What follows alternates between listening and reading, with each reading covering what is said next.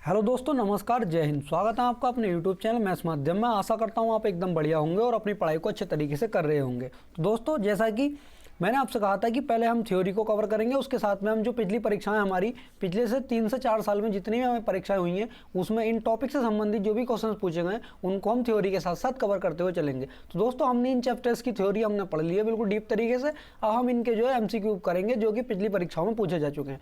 हम जो है हमारा जो है हमने मूल अधिकार मौलिक अधिकारों तक हमने कर लिए थे। आज हम करेंगे हमारे यानी कि DPSP और जो हमारे मौलिक कर्तव्य हैं उनसे संबंधित जो कि पिछली परीक्षाओं में क्वेश्चन पूछे जा चुके हैं 3 से 4 साल में। हम उन्हीं को कवर करते हुए चलेंगे। अगर आपने हमारी पिछली थ्योरी क्लासेस नहीं देखी तो उन क्लासेस को भी आप देख लेना, ठीक है। तो बिना किसी देरी के हम करेंगे अपनी क्लास को स्टार्ट। इसमें हमें पहला क्वेश्चन दे रखा है कि दोस्तों इसमें जो है पहले हम मौलिक हमारे राज्य के नीति निर्देशक तत्व में DPSP उससे संबंधित क्वेश्चंस रखे हैं, ठीक है। उसके बाद में हमने जो मौलिक कर्तव्यों से संबंधित क्वेश्चन है उनको इसमें कवर किया गया।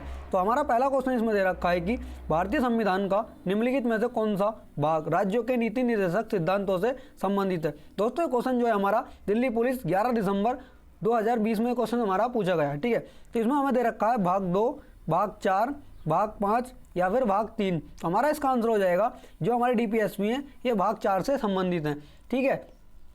और जो हमारा भाग 2 आ जाएगा, भाग 2 में हमारी नागरिकता इससे संबंधित हो जाएगी। इससे संबंधित क्वेश्चन हम कर चुके हैं, ठीक है। भाग 3 में हमारे मूल अधिकार आ जाएंगे, मूल अधिकार या मौलिक अधिकार, ठीक है। भाग 5 जो है हमारा इसमें जो हमारे संघ का वर्णन किया गया है, ठीक है। आगे देखेंगे हम अगला क्वेश्चन है हमारा आज की क्लास का, भारतीय संविधान के निम्नलिखित में से कौन सी राज्य के नीति निर्देशक सिद्धांतों की एक विशेषता है, ठीक है। दोस्तों आप जब क्वेश्चन पढ़ें तो इसमें क्वेश्चन में ये देखना कि इसमें सही पूछा गया या फिर गलत पूछा गया, ठीक है। इसमें हमारा ऑप्शन दे रखे हैं राज्य के विरुद्ध होते हैं, ये लागू नहीं किए जा सकते, नकारात्मक प्रकृति के होते हैं, आपातकाल के दौरान निलंबित किए जा सकते हैं, ठीक है।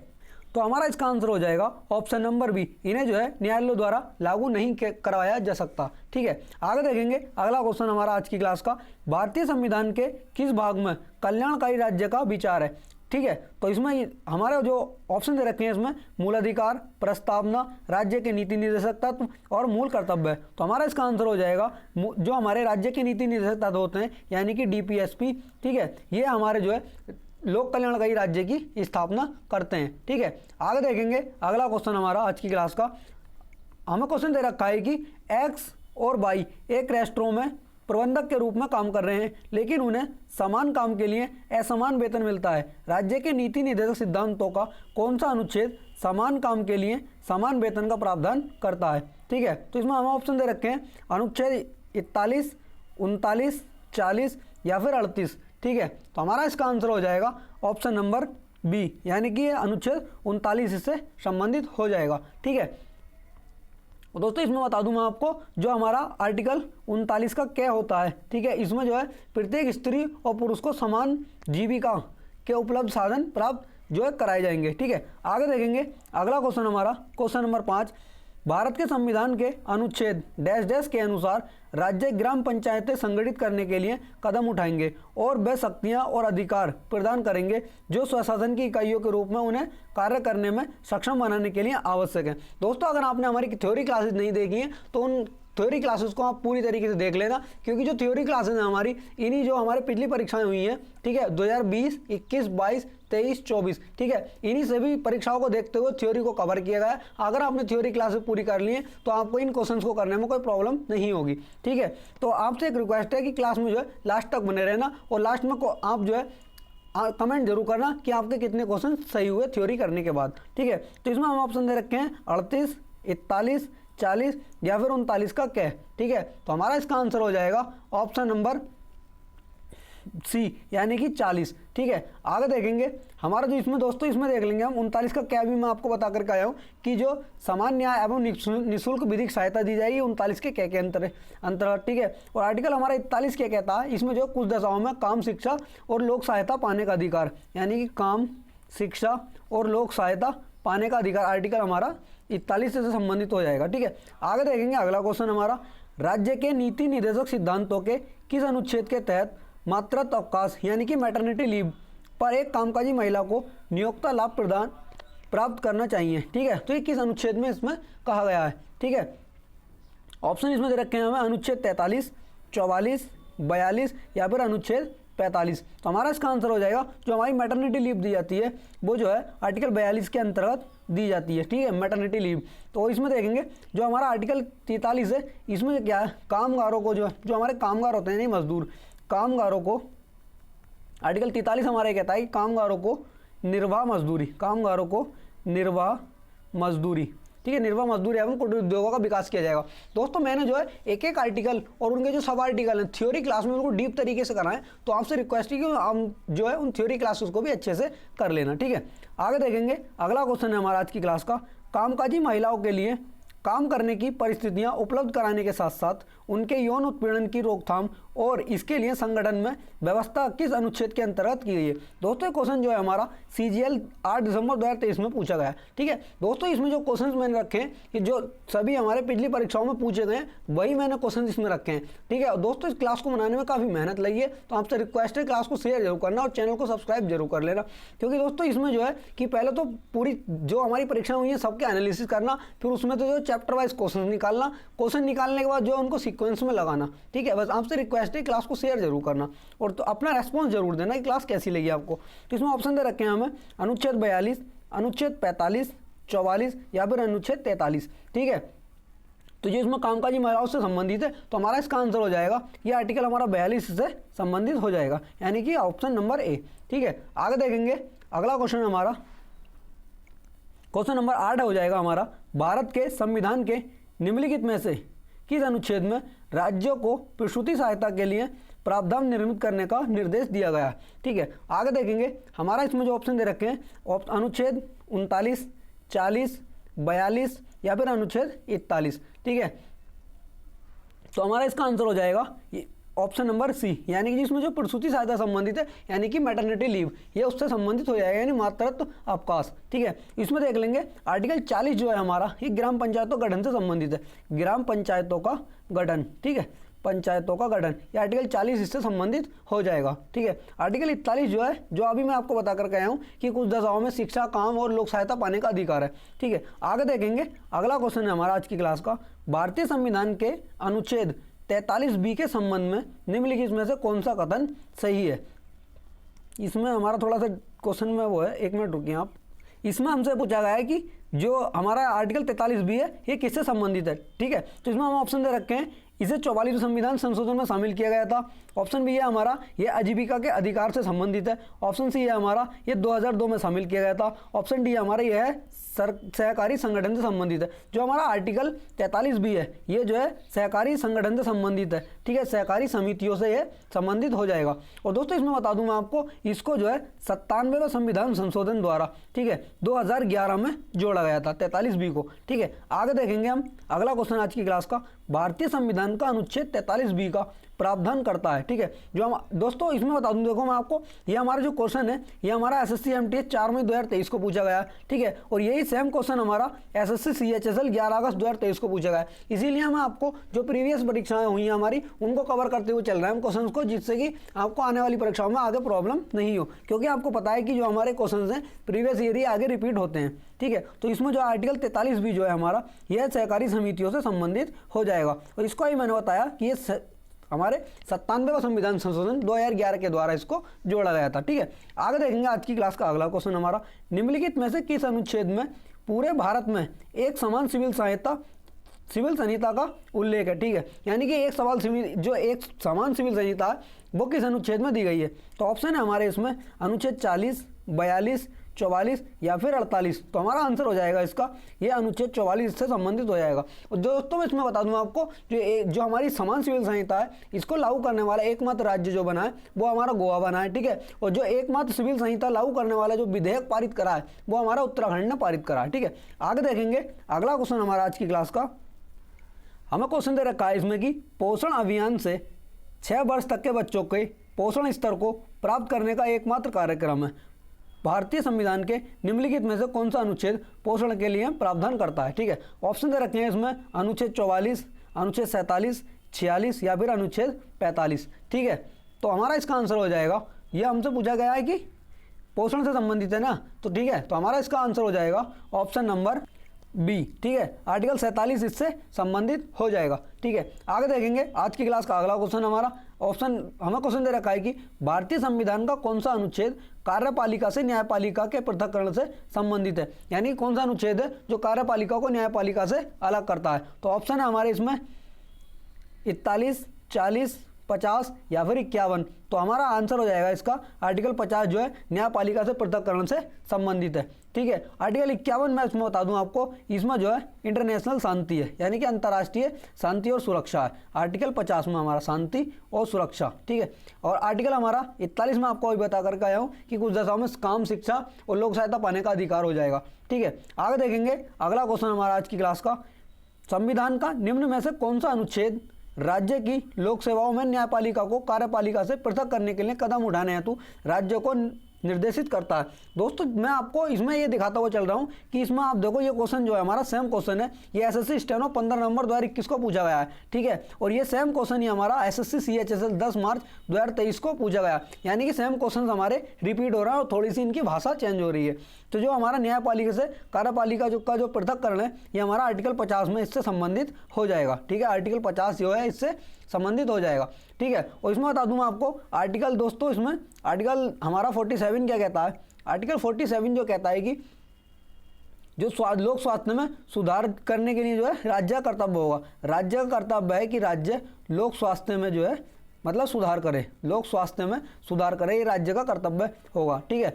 और इसमें देखेंगे आर्टिकल 57 हमारा क्या कहता है, आर्टिकल 57 में कि राष्ट्रपति के पुनर्निर्वाचन से ये संबंधित हो जाएगा। राष्ट्रपति का पुनर्निर्वाचन आर्टिकल 57 इससे संबंधित हो जाएगा, ठीक है। और आर्टिकल हमारा आगे देखेंगे अगला क्वेश्चन हमारा आज की क्लास का, भारत के संविधान का कौन सा अनुच्छेद अंतर्राष्ट्रीय शांति और सुरक्षा को बढ़ावा देने से संबंधित है, ठीक है। तो इसमें ऑप्शन दे रखे हैं हमें अनुच्छेद 49, 50, 48 और 51, ठीक है। जो अंतर्राष्ट्रीय शांति है हमारा ये आर्टिकल 51 के अंतर्गत आता है, ठीक है। और दोस्तों इसमें देखो, इसमें बता दूं मैं आपको जो हमारा आर्टिकल 49 है, आर्टिकल 49 जो है ये राष्ट्रीय महत्व के स्मारकों और वस्तुओं के संरक्षण से संबंधित है। ये राष्ट्रीय स्मारकों की सुरक्षा और संरक्षण से संबंधित हो जाएगा। आर्टिकल 48 जो है हमारा ये कृषि और पशुपालन एवं संगठन से संबंधित हो जाएगा, आर्टिकल 48, ठीक है। और आर्टिकल 50 में आपको बता कर गया हूँ कि इसमें कार्यपालिका से न्यायपालिका का पृथक्करण बताया गया है, ठीक है। आगे देखेंगे आज की क्लास का अगला क्वेश्चन हमारा, भारतीय संविधान का निम्नलिखित में से कौन सा अनुच्छेद अंतर्राष्ट्रीय शांति और सुरक्षा के प्रचार से संबंधित है।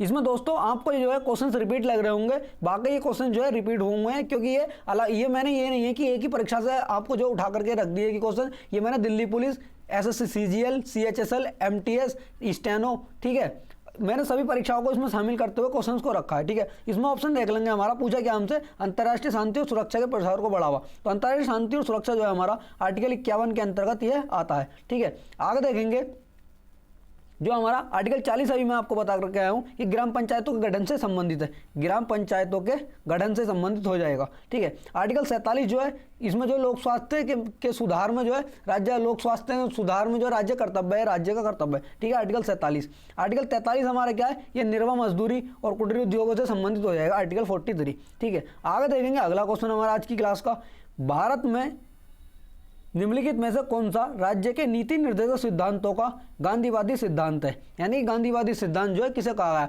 दोस्तों मैंने जो है आपको थ्योरी क्लास में बिल्कुल डीप तरीके से ये वाला मैंने बताया था कि गांधीवादी सिद्धांत में हमारे कौन कौन से अनुच्छेद आते हैं, ठीक है, और कौन कौन से नहीं आते हैं, ठीक है। तो इसमें हम ऑप्शन दे रखे हैं, समान काम के लिए समान वेतन, समान नागरिक संहिता का संरक्षण, या न्यायपालिका को कार्यपालिका से अलग करना, ठीक है, और ग्राम पंचायत का गठन। तो गांधीवादी जो है हमारा ये ग्राम पंचायत का गठन गांधीवादी सिद्धांत से संबंधित हो जाएगा। दोस्तों इसमें बता दूं मैं आपको, नेक्स्ट पेज पे देखेंगे हम कि गांधीवादी सिद्धांत में कौन कौन से आर्टिकल आते हैं, यहाँ से हमारा क्वेश्चन जो पूछ लेता है। एक हो जाता है हमारा आर्टिकल 40, आर्टिकल 40 हमारा आर्टिकल 43, आर्टिकल हमारा हो जाएगा 43B, ठीक है, ये भी इससे गांधीवादी सिद्धांत से संबंधित है। एक हो जाएगा हमारा आर्टिकल 46 और एक हो जाएगा हमारा आर्टिकल 47 और एक हमारा आर्टिकल 48।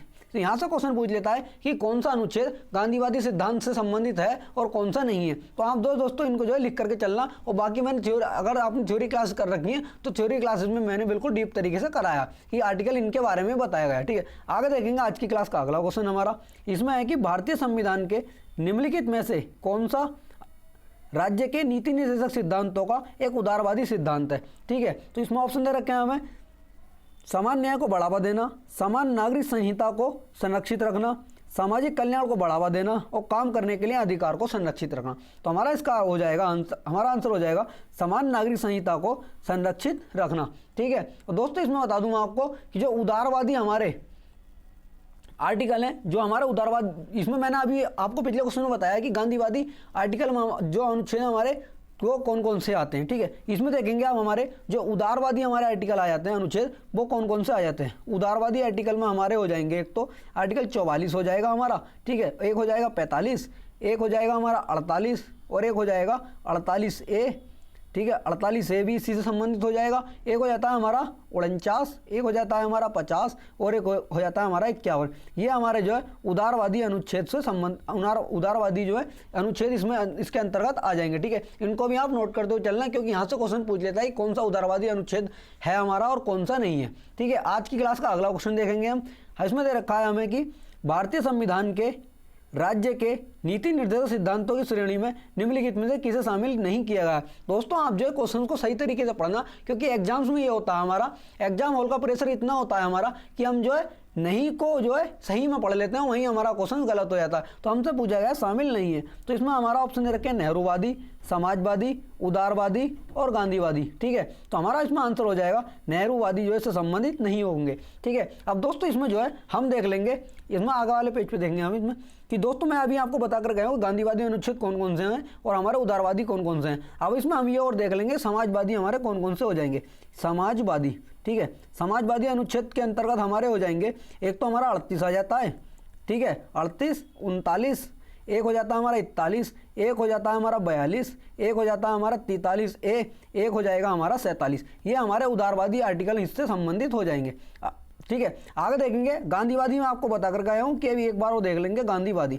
ठीक है, एक साथ देख लेंगे सबको, गांधीवादी अनुच्छेद हमारे कौन कौन से हो जाएंगे। एक हो जाता है हमारा 40, एक हो जाता है हमारा 43, एक होता है हमारा 43B। ठीक है, 43B, एक होता है हमारा 46, एक हो जाता है हमारा 47 आर्टिकल, एक हो जाता है हमारा आर्टिकल 48। ठीक है, और ये आगे देखेंगे हम, हमारा एक हो जाता है, हमने इसमें समाजवादी देख लिए, गांधीवादी देख लिए, और हम इसमें देखेंगे उदारवादी हमारे आर्टिकल कौन कौन से हैं। उदारवादी जो कि अभी हम पीछे देख करके आए, एक हो जाता है इसमें आर्टिकल 44 और एक हो जाता है हमारा 45, आर्टिकल 46 और आर्टिकल हमारा 48। ठीक है, आर्टिकल 48 जो है हमारा गांधीवादी भी है और हमारा उदारवादी भी है। ठीक है, 48 एक हो जाता है 48A, एक हो जाता है हमारा आर्टिकल 49 और एक हो जाता है हमारा 50, एक और हो जाता है हमारा 51। दोस्तों इनको आप जो नोट कर लेना, क्योंकि यहाँ से क्वेश्चन उम्मीद है कि आने वाली परीक्षाओं में बनेगा और ये क्वेश्चन हमारा जो है CHSL में पूछा गया भी है। ठीक है, आगे देखेंगे आज की क्लास का अगला क्वेश्चन हमारा।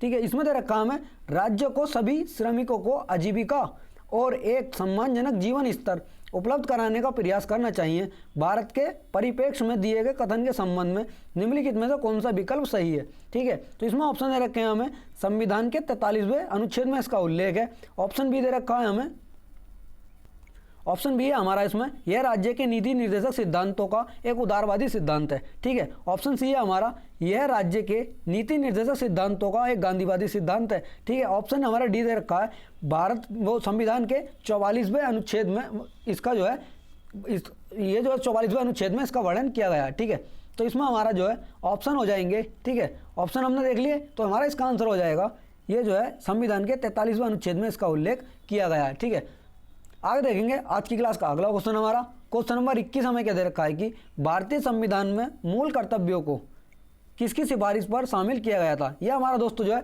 SSC CPO में क्वेश्चन हमारा पूछा गया 3 अक्टूबर 2023 को।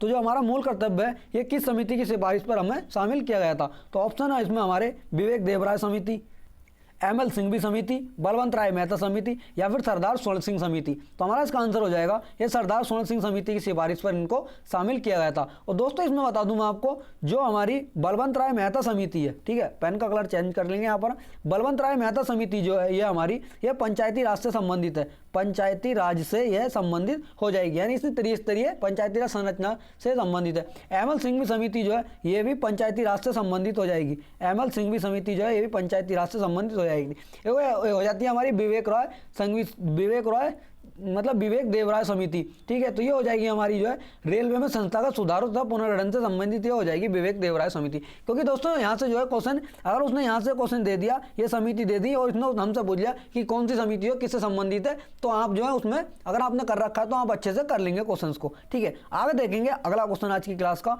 मौलिक कर्तव्यों के बारे में संतुष्टि के लिए कांग्रेस पार्टी ने 1976 में डैश डैश समिति गठित की थी, ठीक है। तो इसमें ऑप्शन दे रखे हैं हमें केलकर, सरदार स्वर्ण सिंह, सुरेश तेंदुलकर या फिर आबिद हुसैन समिति। ये मौलिक अधिकारों से संबंधित हमसे पूछा गया, तो मौलिक अधिकारों से संबंधित समिति थी हमारी, वह सरदार स्वर्ण सिंह समिति थी। और ठीक है, इसका जो गठन हुआ था ये 1976 में इसमें कांग्रेस के द्वारा इसमें किया गया था, यानी कि इंदिरा गांधी की सरकार में इसका जो है गठन किया गया था, ठीक है। और इसने जो है ये कब जोड़ा गया था, 1976 में, ये 42वें संविधान संशोधन के द्वारा इसको जोड़ा गया था, ठीक है। 1976 में इसको जोड़ा गया था, ठीक है। और जो इसने मान लो जो अपनी इसने हमारी जो सरदार स्वर्ण सिंह समिति ने जो रिपोर्ट दी थी, सरदार स्वर्ण सिंह समिति ने जो रिपोर्ट दी थी, तो इसमें संविधान में एक नया भाग जोड़ा गया था हमारा भाग 4A, ठीक है। भाग 4 कै को इसमें जोड़ा गया था और अनुच्छेद हमारा 51 कै इससे जोड़ा था, ठीक है। आगे देखेंगे आज की क्लास का अगला क्वेश्चन हमारा,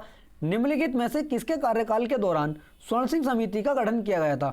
इसमें हमने पिछला क्वेश्चन देता था कि स्वर्ण सिंह समिति का जो गठन है वो कब किया गया था, ठीक है। अब हमसे जो इस क्वेश्चन को घुमा करके पूछ लिया है कि उस समय सरकार किसकी थी, ठीक है, कौन देश का हमारा प्रधानमंत्री था, ठीक है। तो इसमें ऑप्शन दे रखे हैं हमें मनमोहन सिंह, मोरारजी देसाई, इंदिरा गांधी या फिर बीपी सिंह, ठीक है। तो हमारा इसका जो आंसर हो जाएगा ये इंदिरा गांधी के समय में जो सरदार स्वर्ण सिंह समिति का गठन किया गया था, ठीक है, 1976 में 42वें संविधान संशोधन के द्वारा, ठीक है। आगे देखेंगे अगला क्वेश्चन हमारा, हमें क्वेश्चन दे रखा है कि देश के नागरिकों को मौलिक कर्तव्य सिखाने के सुझावों को कार्यान्वित करने वाली समिति को डैश डैश के नाम से जाना जाता है, ठीक है।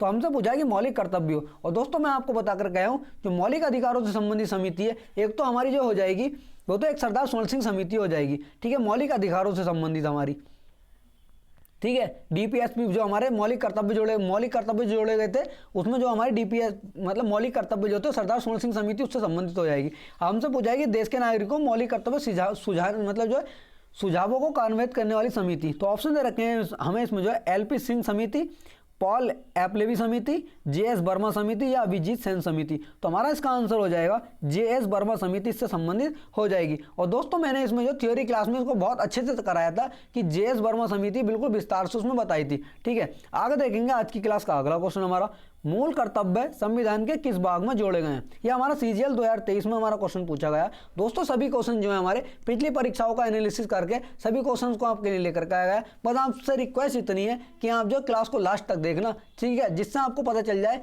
कि आपने थ्योरी किस तरीके से पढ़ी है और आप क्वेश्चन को बना पा रहे हैं या नहीं बना पा रहे हैं, ठीक है। और साथ में दोस्तों इस क्लास को लाने का उद्देश्य सिर्फ एकमात्र यह है कि आपका थ्योरी के साथ साथ जो है PYQ का भी रिविजन आपका अच्छे से होता चले साथ साथ, जिससे ये एग्जाम आने पर आपको प्रॉब्लम नहीं हो। तो इसमें ऑप्शन दे रखे हैं हमें भाग 1 का A, भाग 3 का B या फिर भाग 4 का A या फिर भाग 2 का B, ठीक है। तो हमारा इसका आंसर हो जाएगा भाग 4 के A में मौलिक कर्तव्यों को जोड़ा गया था, ठीक है। और भाग इसमें एक जो हमारा भाग एक जो है हमारा संघ और उसके राज्य क्षेत्र से संबंधित हो जाएगा, संघ और राज्य क्षेत्र उससे संबंधित हो जाएगा, ठीक है। और इसमें हमारा भाग 3 जो हो जाएगा हमारा भाग 3, ठीक है, भाग 3 जो है हमारे ये मूल अधिकार या मौलिक अधिकारों से संबंधित हो जाएगा, ठीक है। भाग 2 में मैंने आपको बताया था भाग 2 ये जो है नागरिकता से संबंधित हो जाएगा, ठीक है। हमने इसके एमसीक्यू भी कर लिए हैं जो हमारी पिछली परीक्षाओं में पूछे जा चुके हैं और हमने इसकी थ्योरी बहुत अच्छी तरीके से कर ली है, ठीक है। आज की क्लास का अगला क्वेश्चन देखेंगे हम, देश की रक्षा करने और आह्वान किए जाने पर राष्ट्र की सेवा के लिए तत्पर रहने का उल्लेख डैश डैश के तहत किया गया। दोस्तों जो हमारे मौलिक कर्तव्य थे, ठीक है, 11 मौलिक कर्तव्य थे। मैंने 11 मौलिक कर्तव्यों को बिल्कुल डीप तरीके से पढ़ाया है आपको, क्योंकि 51A का फर्स्ट A, 51A का B, ठीक है, इस तरीके से। अगर आपने क्लास नहीं देखी है तो आपसे रिक्वेस्ट है क्लास को आप देख लेना, क्योंकि उस क्लास को आपको करने से बहुत ज़्यादा मदद मिलेगी, ठीक है। ऑप्शन दे रखे हैं हमें इसमें मूल अधिकारों से संबंधित है, मूल कर्तव्यों से, संविधान की प्रस्तावना या फिर निर्देशक सिद्धांतों से। तो हमारा इसका आंसर हो जाएगा यह मूल कर्तव्यों से हमारा संबंधित हो जाएगा, ठीक है। आगे देखेंगे आज की क्लास का अगला क्वेश्चन जो है आर्टिकल, हमें जो क्वेश्चन दे रखा है कि 2022 तक प्राप्त जानकारी के अनुसार भारतीय संविधान में कितने मूल कर्तव्यों को सूचीबद्ध किया गया था। ठीक है, तो इसमें हमारा 2022 तक यानी भारतीय संविधान में कितने मूल कर्तव्य हमारे जोड़े गए हैं, मतलब 2024 तक टोटल कितने। ऑप्शन दे रखे हैं हमें 12, 13, 11 या फिर 10। तो हमारा इसका आंसर हो जाएगा 11 हमारे जो है वर्तमान में मौलिक कर्तव्य हैं। ठीक है, और इनको जोड़ा। और दोस्तों इसमें बता दूं मैं आपको, जो हमारी स्वर्ण सिंह समिति थी, ठीक है, उसने संविधान में 8 मूल कर्तव्यों को जोड़े जाने का सुझाव दिया था। ठीक है, 8 थे हमारे, उसने सुझाव जो दिया था 8 का दिया था। ठीक है, और जो हमारा 42वें संविधान संशोधन था 1976 में हमारा हुआ था, तो इसके द्वारा 10 हमारे टोटल मौलिक कर्तव्य जोड़े गए थे। ठीक है, फिर हमारा जो एक मौलिक कर्तव्य बचा था उसको जो है 86वें संविधान संशोधन के द्वारा 2002 में 11वां मौलिक कर्तव्य उसको जोड़ दिया गया था। दोस्तों अगर आपने हमारी संविधान संशोधन वाली क्लास नहीं देखी है तो दोस्तों आपसे रिक्वेस्ट है उस क्लास को देख लेना, क्योंकि उसमें जो है महत्वपूर्ण संविधान संशोधन कराए गए हैं, और जो उससे अगर आपने वो क्लास कर ली तो संविधान संशोधन का आपका जो है उससे बाहर एक भी क्वेश्चन नहीं जाएगा। ठीक है, आगे देखेंगे अगला क्वेश्चन हमारा आज की क्लास का, निम्नलिखित में से कौन सी भारतीय संविधान में उल्लेखित मौलिक कर्तव्यों की एक विशेषता है। क्योंकि दोस्तों इसमें जो है आप हाँ या नहीं को इसमें अच्छे से आप पढ़ते हुए चलना है, क्योंकि हमारा नहीं भी पूछ लेता और इसमें सही भी पूछ लेता है। ठीक है, तो इसमें हम ऑप्शन दे रखे हैं। ठीक है, इनमें से कुछ विदेशियों के लिए उपलब्ध हैं, औचित्यपूर्ण प्रतिबंध लगाए जा सकते हैं। ऑप्शन सी है हमारा इनमें से कुछ कानूनी विशेषता के लिए उपलब्ध हैं। ऑप्शन डी है हमारा संविधान इन्हें सीधे लागू करने का प्रावधान नहीं करता। दोस्तों अब जो है हमारा क्वेश्चन जो है डायरेक्ट फॉर्म में ना पूछ करके अब हमसे थ्योरी बेस्ड जैसे क्वेश्चन पूछ रहा है। तो दोस्तों ऐसे क्वेश्चन करने के लिए पहले हमें जो थ्योरी अच्छी तरीके से आनी चाहिए, बिल्कुल डीप तरीके से, तभी हम जो है थ्योरिटिकल क्वेश्चन कर सकते हैं। तो हमारा ऑप्शन हो जाएगा इसमें आंसर जो है ऑप्शन नंबर डी, क्योंकि संविधान इन्हें सीधे लागू करने का प्रावधान नहीं करता। मौलिक कर्तव्यों को जो हम सीधे लागू नहीं कर सकते। ठीक है, आगे देखेंगे आज की क्लास का अगला क्वेश्चन हमारा, मौलिक कर्तव्य के संबंध में निम्नलिखित में से कौन सा कथन सही नहीं है। ठीक है, तो इसमें हमें ऑप्शन दे रखे हैं अनुच्छेद 51 मौलिक कर्तव्यों से संबंधित है। मौलिक कर्तव्य की कुल संख्या 11 है। 43वें संविधान संशोधन द्वारा शामिल किया गया था और यह संविधान के भाग 4A में शामिल किया गया। हमसे पूछा है कि कथन सही नहीं है, तो हमारा आंसर हो जाएगा ऑप्शन नंबर सी, ये इससे संबंधित नहीं है, क्योंकि इसको जो 43वें संविधान संशोधन के द्वारा नहीं शामिल किया गया था, इसको जो 42वें संविधान संशोधन के द्वारा 1976 में 10 मौलिक कर्तव्यों को शामिल किया गया था। ठीक है, आगे देखेंगे आज की क्लास का अगला क्वेश्चन हमारा, मौलिक कर्तव्यों के बारे में निम्नलिखित में से कौन सा कथन सही नहीं है। क्योंकि दोस्तों आप जो है इन क्वेश्चंस को करते हुए चलना, क्योंकि अब जो है हमें जो है अगर हमें ऐसे क्वेश्चंस करेंगे तो हमारे करने के लिए हमें जो पहले थ्योरी बिल्कुल डीप तरीके से आनी चाहिए। क्योंकि जो है अब दोस्तों जो हमारा देखो ये हमारा CPO 2022 में क्वेश्चन पूछा गया है, और हमसे जो है डायरेक्ट क्वेश्चन ना पूछ करके बिल्कुल डीप तरीके से हमसे क्वेश्चन पूछा है। अगर हमने थ्योरी पढ़ ली है तो हम क्वेश्चन को इनको आराम से कर ले जाएंगे। ठीक है, हमें ऑप्शन दे रखे हैं इसमें, ये प्रकृति में गैर न्यायिक है, इन्हें 42वें संविधान संशोधन अधिनियम 1976 के द्वारा शामिल किया गया। संविधान में इनका समावेश अमेरिकी संविधान से प्रेरित था। इनका उल्लेख संविधान के अनुच्छेद 51 के अंतर्गत किया गया। हमसे पूछा है कि कौन सा कथन सही नहीं है, तो हमारा इसका आंसर हो जाएगा ऑप्शन नंबर सी, इनका जो है संविधान में इनका समावेश अमेरिकी संविधान से किया गया है। ये हमारा गलत है, ये जो है अमेरिका से ना लेकर के ये हमने जो है USSR से इनको लिया था, यानी कि जो हमारा वर्तमान में यानी कि रूस है उसमें शामिल किया गया था। और मूल कर्तव्य मैं दोस्तों आपको बता दूं ये प्रकृति में गैर न्यायिक होते हैं। ठीक है, इनको जो है हमारे जो है न्यायालय में लेकर के नहीं जा सकते। ठीक है, आगे देखेंगे आज की क्लास का अगला क्वेश्चन हमारा, निम्नलिखित में से कौन सा एक मौलिक कर्तव्य नहीं है। ठीक है, तो हमें जो है दोस्तों मौलिक कर्तव्य जो है मैंने बिल्कुल हमारे जो 11 मौलिक कर्तव्य मैंने बिल्कुल डीप तरीके से आपको पढ़ा है। क्योंकि अब दोस्तों जो है हमारा जो डायरेक्ट नहीं पूछता, पहले हमसे पूछ लेता है कि मौलिक कर्तव्य किस अनुच्छेद में किस भाग में दे रखे हैं। ठीक है, वहाँ से हमारे डायरेक्ट क्वेश्चन पूछ लेता था। लेकिन अब हमसे जो है जो हमारे 11 मौलिक कर्तव्य हैं उनके अंदर से क्वेश्चन पूछा है, जैसा कि आपको पिछली परीक्षाओं में दिखाई भी दे रहा होगा कि हाँ बिल्कुल डीप तरीके से क्वेश्चन पूछा है। तो इसके लिए पहले हमें जो थ्योरी बहुत अच्छे तरीके से आनी चाहिए। तो हमसे इसमें ऑप्शन दे रखे हैं कि चुनाव के दौरान मतदान करना, प्रकृति पर्यावरण की रक्षा करना, भारत की एकता और अखंडता को बनाए रखना और उसकी रक्षा करना, और संविधान का पालन करना। तो हमारा इसका आंसर हो जाएगा, हमसे पूछा है कि कौन सा सही नहीं है, तो हमारा आंसर हो जाएगा ऑप्शन नंबर ए, चुनाव के दौरान मतदान करना, ये इसमें सम्मिलित नहीं है। ठीक है, आगे देखेंगे आज की क्लास का अगला क्वेश्चन हमारा, इसमें हमें क्वेश्चन दे रखा है कि निम्नलिखित में से कौन सा एक मौलिक कर्तव्य है। ठीक है, हम सब मौलिक कर्तव्य पूछ लिया है। ठीक, ये हमारा SSGD 7 फरवरी 2023 में हमसे क्वेश्चन पूछा गया। तो इसमें ऑप्शन दे रखे हैं हमें, पुरुषों की गरिमा के लिए अपमानजनक प्रथाओं का त्याग करना, ऐसी प्रथाओं का त्याग करें जो स्त्रियों के सम्मान के विरुद्ध हो।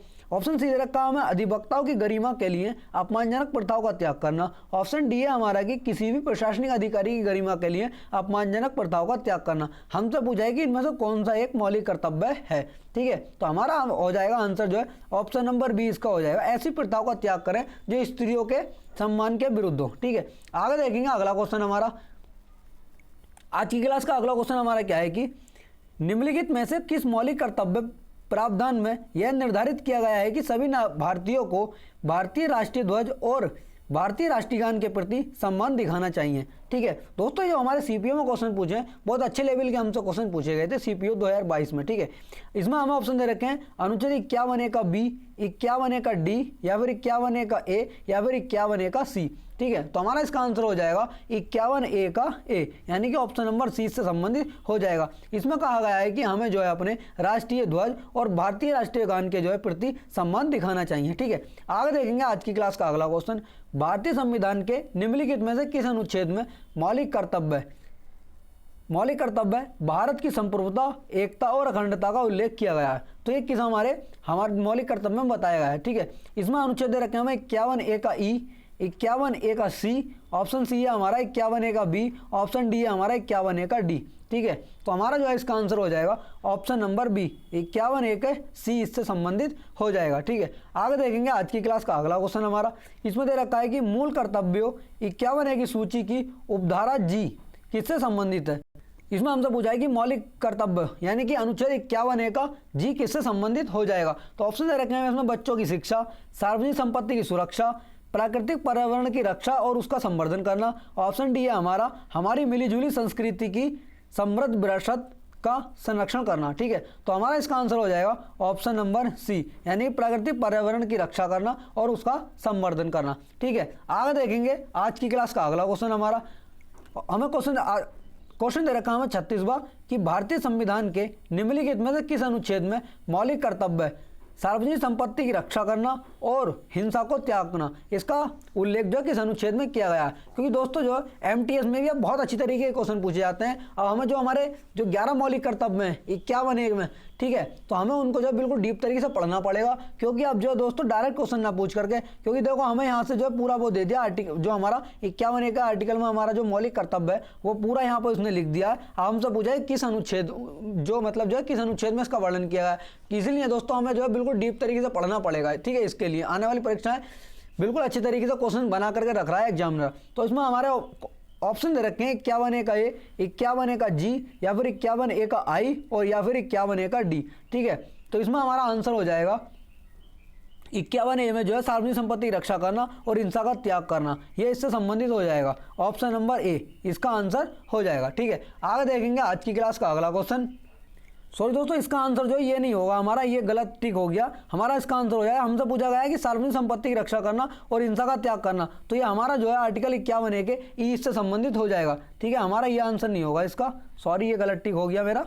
हमें आंसर जो है ऑप्शन नंबर सी इससे आंसर हो जाएगा, ठीक है। आगे देखेंगे आज की क्लास का अगला क्वेश्चन हमारा क्वेश्चन दे रखा है कि निम्नलिखित में से कौन सा अनुच्छेद कहता है कि माता पिता या संरक्षक 6 वर्ष से 14 वर्ष तक की आयु वाले अपने यथास्थिति बालक या प्रतिपाल्य के लिए शिक्षा के अवसर जो है प्रदान करेगा, ठीक है। तो ऑप्शन दे रखे हैं हमें अनुच्छेद 51A का जे, 51A का एच, या फिर 51A का आई, या 51A का के, ठीक है। तो हमारा इसका आंसर जो है हमसे पूछा गया है कि 6 वर्ष के बच्चों से संबंधित हो जाएगा, तो हमारा इसका आंसर हो जाएगा 51A का के इससे संबंधित हो जाएगा, ऑप्शन नंबर डी, ठीक है। 51A में जो है, और ये हमारा कौन सा था, ये हमारा 11वां मौलिक कर्तव्य था, ठीक है, 11वां था जो 86वें संविधान संशोधन के द्वारा इसको जोड़ा गया था, ठीक है। आगे देखेंगे आज की क्लास का अगला क्वेश्चन हमारा, निम्नलिखित में से किस अनुच्छेद में मौलिक कर्तव्य अनुच्छेद 51A के समान है। मतलब जो हमारा मौलिक कर्तव्य है वो हमारा अनुच्छेद 21A के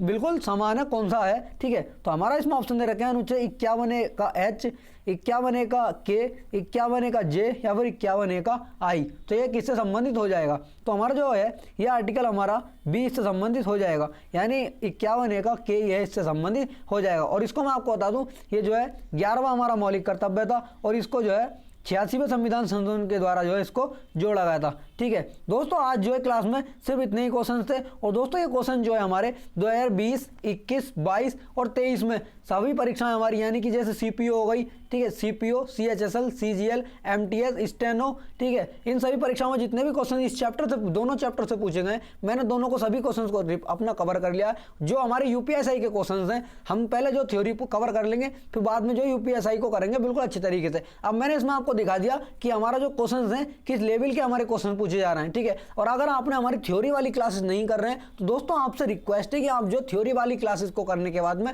इन क्वेश्चंस को लगाना, तो आप जो आपको लेवल पता चल जाएगा, आपको आप जो थ्योरी किस लेवल की पढ़ रहे हैं। ठीक है, क्योंकि दोस्तों आजकल जो यूट्यूब पर थ्योरी कोई पढ़ना नहीं चाहता, डायरेक्ट क्वेश्चन पर टिक मार करना चाहते हैं। और अगर आपने थ्योरी बिल्कुल पढ़ी है तो आपको इन क्वेश्चन को करने में कोई प्रॉब्लम नहीं होगी। ठीक है, तो इसी के साथ मिलते हैं नेक्स्ट वीडियो में। अपना साथ बनाए रखना। और दोस्तों जिसने चैनल को सब्सक्राइब नहीं करा तो चैनल को सब्सक्राइब कर लेना और क्लास को ज़्यादा से ज़्यादा शेयर करना और इसमें बताना कि 38 क्वेश्चन में से आपके कितने क्वेश्चन सही हुए। ठीक है, तो मिलते हैं फिर नेक्स्ट वीडियो में। जय हिंद, जय भारत।